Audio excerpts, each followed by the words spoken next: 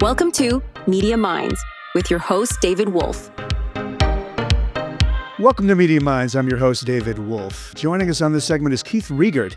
He's a seasoned veteran in the publishing industry, the CEO of Ulysses Press and VeloPress Books. These are both distributed by Simon & Schuster. Keith also leads the innovative publishing tech company called Perfect Bound and co-founded the book publicity and marketing firm Pacific & Court. And if that's not enough, he also teaches analytics and consumer insights at NYU's Center for Publishing and Applied Liberal Arts. Joining us on this segment to share his valuable insights on the future, the present and the future of publishing, and the evolving role of technology. Welcome, Keith Riegert. Thank you so much, David. I'm really pleased to be here. So you've been around the publishing business a few years, if I've got that right. If we could just start with the origin story a little bit, that would be great for context, and then we'll go from there. So I come from a publishing family. My parents founded Ulysses Press in 1983. And when I was growing up, I was very enamored with the publishing industry, and my dad tried as hard as he could to get me to not go into publishing. So I made a beeline for it, got my English Lit degree and started in the family business in 2008, and have basically been there ever since. It's a lot of years. So with all this time in the business, I'm guessing this is a second generation or version 2.0 in a way for you. How did you being around that, how has it informed the four companies you've started now? And there may be more than four, but the four I know about, how is it informing the way you're operating now and so forth? That's a great question. I've seen the industry change from the sidelines for decades now. The company is as old as I am.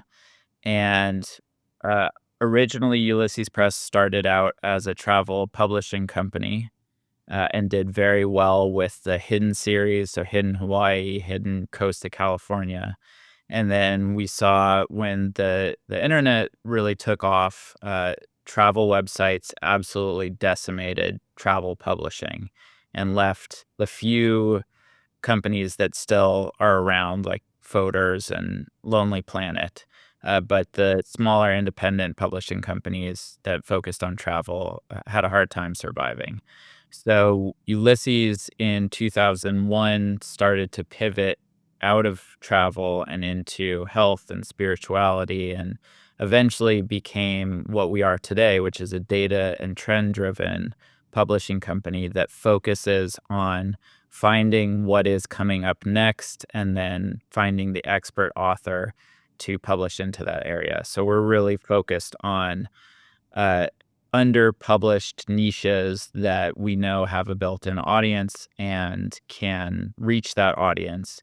And that has really been the origin of all of the other companies that we've been building over here. So for example, Pacific & Court, which is a publicity and digital marketing firm, is aimed at independent publishers and authors, and uses a lot of the strategies that we've developed at Ulysses over the last 20 years to reach audiences for books that otherwise might have a hard time in the market.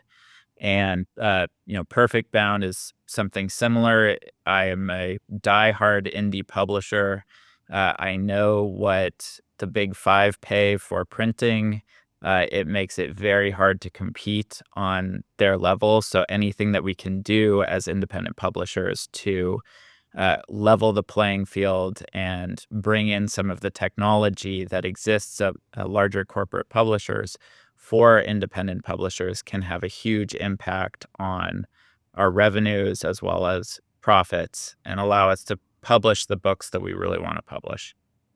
Wow. It's a very selective model, isn't it? I mean, you mentioned Ulysses and the way you're really reverse engineering it from demand, aren't you? Yes. Yeah. So we do our acquisitions in reverse. We are actively hunting using very large data sets to find the areas that an audience exists, and we can tap into it but the book doesn't exist yet. And so we, instead of, taking in submissions from agents or authors, we then go out and find the expert author who may have never written a book, but has, expertise in this one particular area, which could be as, wide ranging as survivalism or metal Yeah. detecting. And then we'll write the book with them. This is really interesting, and I'm not a veteran of publishing, as you know, but is anyone else doing it like this, where they're reverse engineering it and then proactively finding the expert, even if they're not an author, which is fascinating. There are Is very anybody doing this? few companies that are doing it. The biggest example was Callisto Media, which is Okay. now owned by Source Books. So they were doing it on a large scale. We had been doing it for, starting in 2001 when BookScan came out. That was our original data set that we were mining. But it really flies in the face of how publishing has always worked.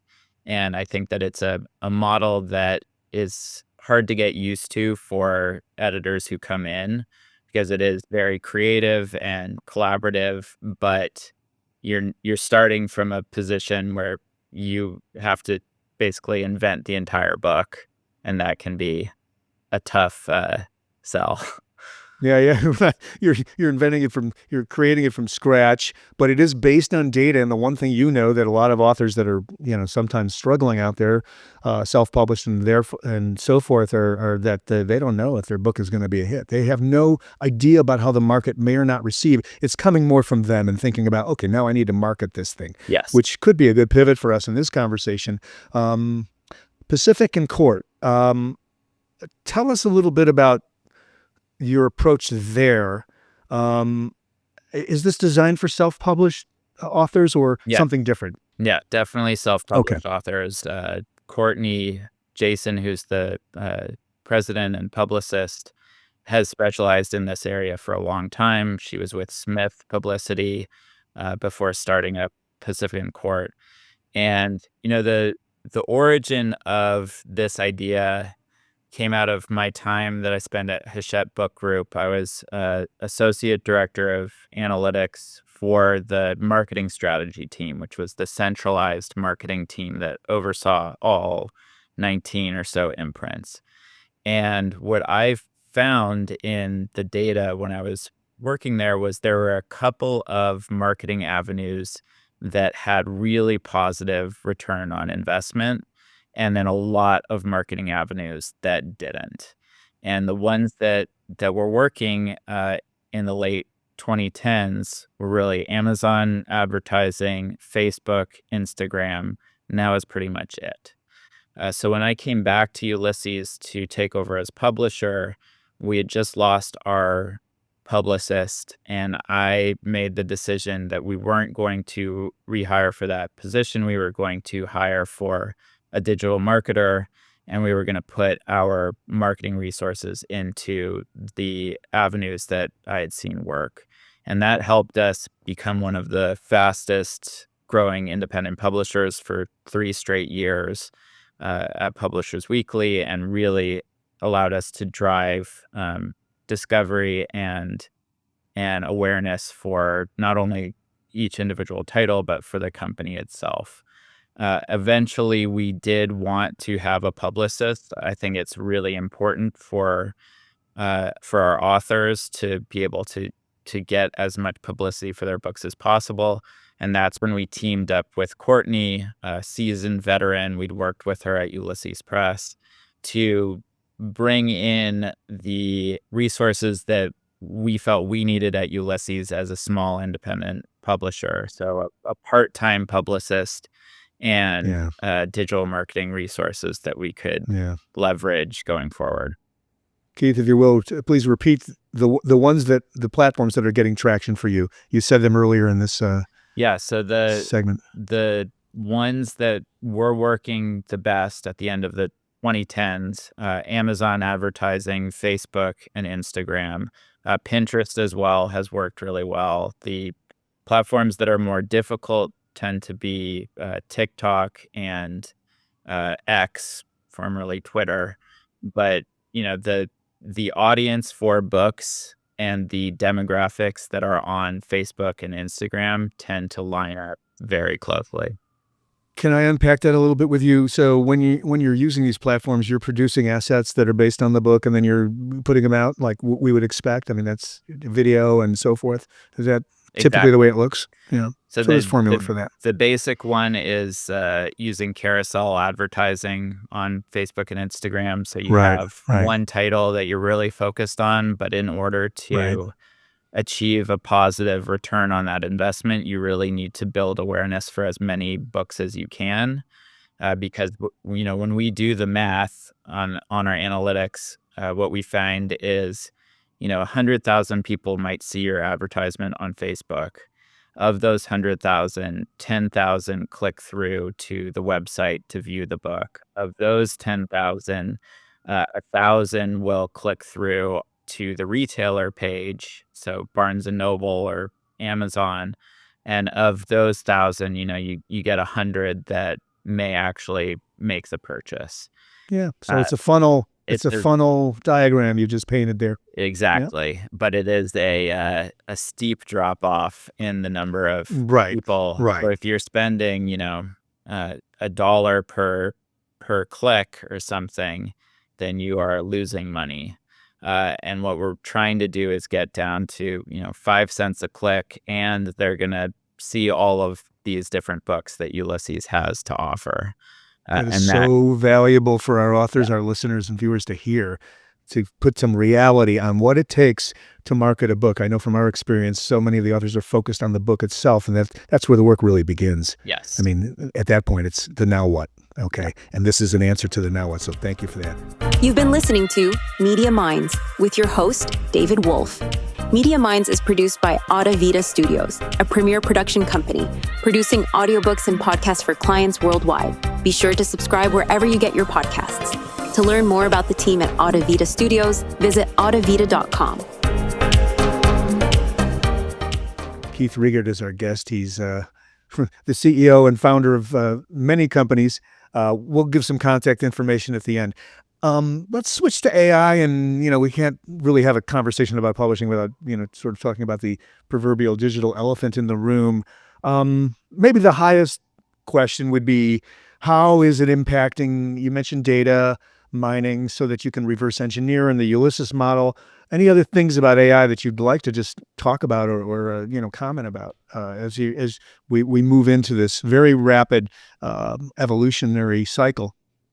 Yeah, I have been very obsessed with AI for the last 2 years. My big uh-oh moment was, I think about a year and a half ago, I asked ChatGPT to write some Python code for me to scrape the Urban Outfitters website and then return a data frame with all of the books that they were selling.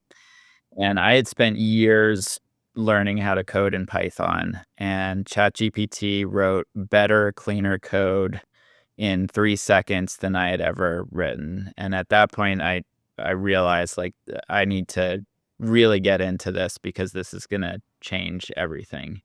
The publishing industry has not warmed up to AI. I think it's gonna take a long time. Yeah. But I am really pushing our staff and other indies to adopt some of these tools for non-publishing purposes. So we're not going to have ChatGPT write a book. We're not going to have Midjourney illustrate a children's book. But when it comes to doing things like drafting a press release or coming up with a sample outline that you're going to send to an author, or creating placeholder covers for a sales conference, or having Midjourney storyboard out a children's book for you, or give you, the exact type of illustration that you want your illustrator to go after.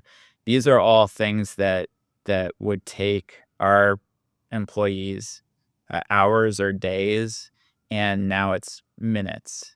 And there's so much flexibility. There's so much opportunity to increase productivity in what is traditionally a very information heavy industry, to tap into those tools to dramatically change the way that we're working. So what we're seeing is, on a lot of those tasks that would take an hour, things are dropping to 40 minutes or 30 minutes or 20 minutes. Yeah. And in aggregate, we're seeing about a 20% increase in productivity, which means that for every 5 employees we have, we gain a sixth for, $20 a month in OpenAI Yeah. pro fees. Yeah. You start to look at the quant of all this, and it makes economic sense. And then, the ability to just go, and the coding moment that you described, I think many of us have had this, your first time you prompted and then saw what it can do. Yeah. In our world, we've been generating scripts for podcasts with an interviewer and a clone of the author's voice. And we're productifying that. Yes. I mean, it's absolutely spectacular. So yeah, it's not the creating of the content so much. It's the appendage to your brain. And then also in the corporate sense, structurally, just being able to optimize some of these back office processes or creative processes that otherwise would take so much longer. So there it is. I've just reiterated what you said. That's that moment of truth. And I didn't know you were a coder. So for a coder to say this, that's a lot of impact. So following the line of AI and where this is all going, it's going to take time, as you said, for the uptake, for users to adapt it for certain aspects of creativity. And then there's all the ethical questions that are going around, and that's just going to take time to flesh out. Is that your sense of it? It's just time and humans getting used to the idea? I mean, I think that there are going to be plenty of publishing companies that jump in and are creating AI written content and AI created cover images, and there will be a market for that. I think that there is obviously a market for a company that can come in and say, what story do you want to hear right now with the protagonist David, and it's set in your hometown. Like that is an absolute huge market. I don't think that it's ever going to be what dominates publishing. I think that you're always going to have human created content, human created art.